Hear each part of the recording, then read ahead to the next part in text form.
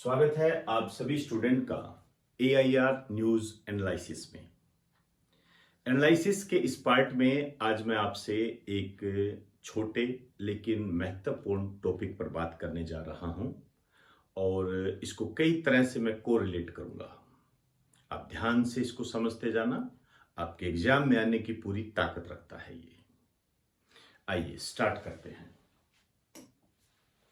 राष्ट्रीय एकता दिवस, national unity day, आप अच्छे तरीके से जानते हो, लेकिन इस टॉपिक को हम तैयार कैसे करें, ये एक बड़ी बात होती है। क्योंकि पढ़ते तो हर कोई है, लेकिन इसको किस वे से दिया जाए। 31 अक्टूबर अच्छे तरीके से आप जानते हो, और ये सरदार वल्लभ भाई पटेल के जन्मदिन की स्मृति में होता है।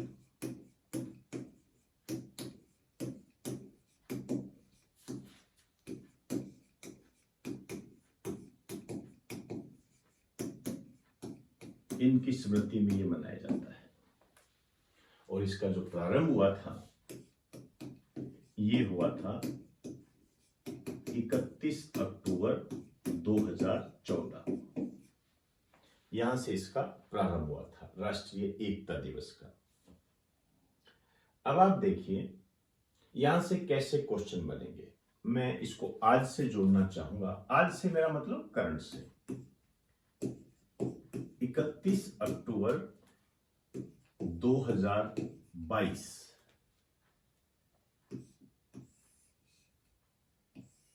के संबंध में। कहने का मतलब है गवर्नमेंट कर क्या रही है, गवर्नमेंट क्या कर रही है इस संबंध में। गवर्नमेंट ने इस संबंध में यह एक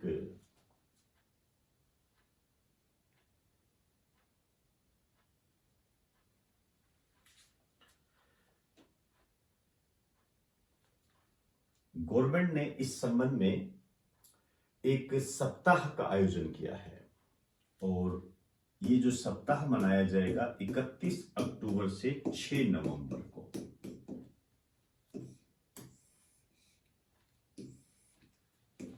सतर्कता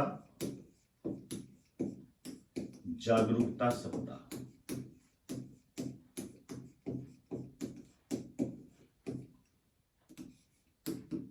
इसको कहते हैं विजिलेंस अवेयरनेस वीक।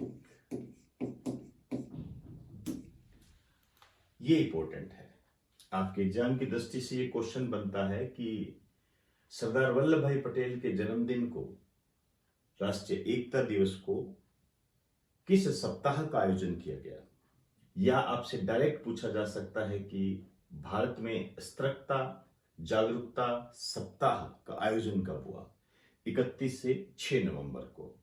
विजिलेंस, जहां पर सतर्कता शब्द आ गया, आपने कभी नाम सुना होगा केंद्रीय सतर्कता आयोग, जहां पर ये आ गया वहां पर भ्रष्टाचार मुक्ति की बात होती है। बकायदा इस सप्ताह की एक थीम भी है, वो है भ्रष्टाचार मुक्त भारत,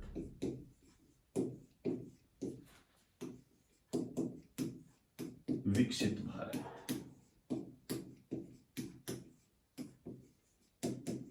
भ्रष्टाचार मुक्त भारत, विकसित भारत, इसकी थीम भी है ये। देखिए यहां हमारे सामने एक शब्द आ गया, विकसित भारत। भारत अभी विकसित नहीं है। हम जिस अर्थव्यवस्था में जी रहे हैं उसे हम डेवलपिंग बोलते हैं, डेवलपिंग, और डेवलपिंग को बोलते हैं विकासशील। लेकिन हमारे सामने एक नया फैक्ट है, मैंने इसको कई बार बताया भी है, कि भारत को विकसित भारत में बदलने के लिए कौन सा लक्ष्य वर्ष निर्धारित किया गया है। बकायदा इसकी जानकारी प्रधानमंत्री नरेंद्र मोदी ने 15 अगस्त 2022 को लाल किले की प्राचीर से दी थी। उन्होंने ये बात कही थी। तो ध्यान रखना, एक पॉइंट लिखा रहा हूं, उसको बिल्कुल नजरअंदाज मत कर देना। भारत को विकसित भारत बनाने का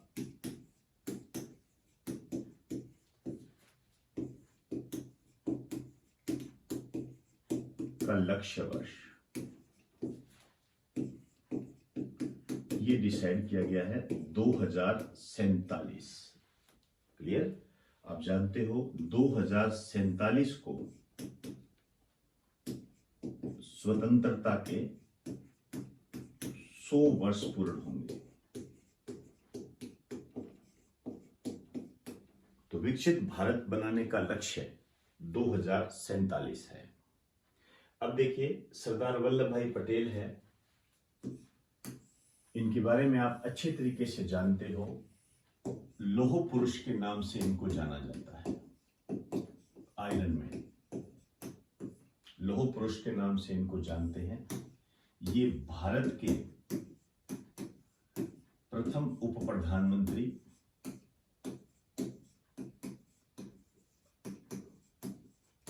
व गृह मंत्री रहे हुए हैं।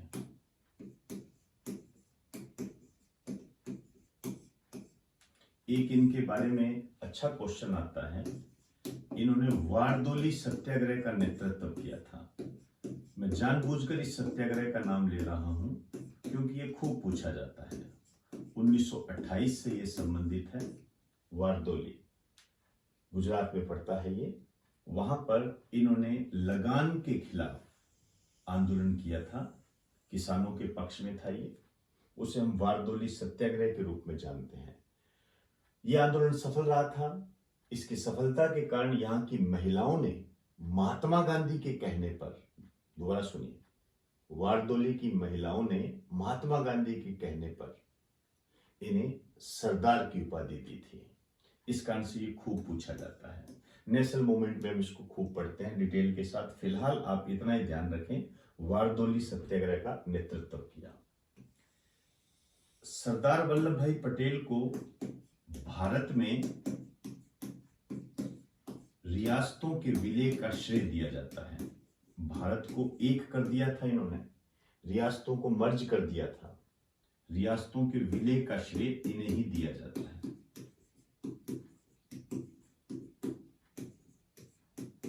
भारत में जो रियासतें विलय हुई थी वो इनके कारण हुई थी। ये क्वेश्चन कुछ ऐसे हैं जो सदाबहार की श्रेणी में आते हैं, ध्यान रखें ये। और इसके अलावा अब मैं इसको और करंट से जोड़ूं तो मैं बात करना चाहूंगा स्टैच्यू, इनकी प्रतिमा, स्टैच्यू ऑफ यूनिटी विश्व की सबसे ऊंची प्रतिमा है इनकी। कई बार क्वेश्चन आता है, ऊंचाई भी पूछी गई है। अभी बात करूंगा, एक बार नोट करो।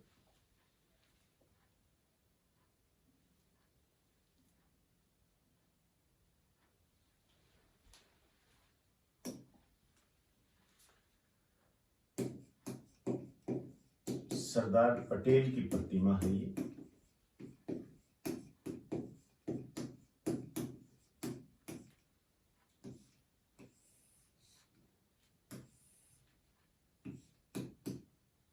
Statue of unity.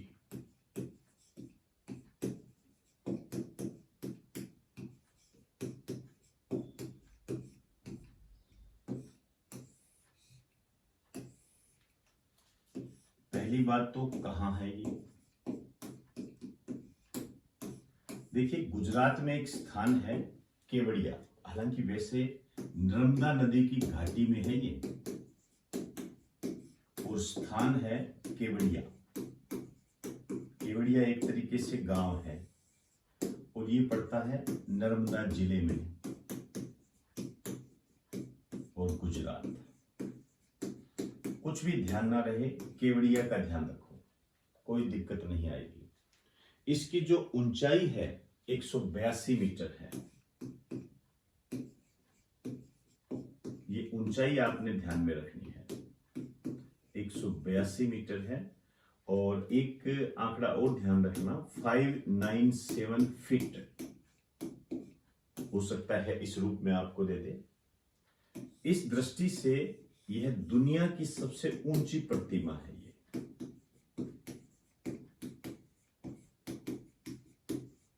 दुनिया की सबसे ऊंची प्रतिमा है ये,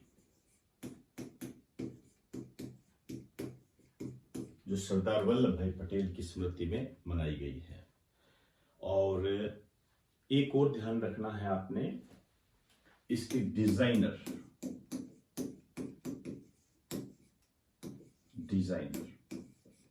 इसके डिजाइनर है रामवी सुतार, और इसको जो ओपन किया गया था लोगों के देखने के लिए, ये किया गया था 31 अक्टूबर 2018 को। तो ये सब बातें आपने ध्यान में रखनी है, यूनिटी पे क्वेश्चन आता है, तो एक बार आप इसे नोट करें।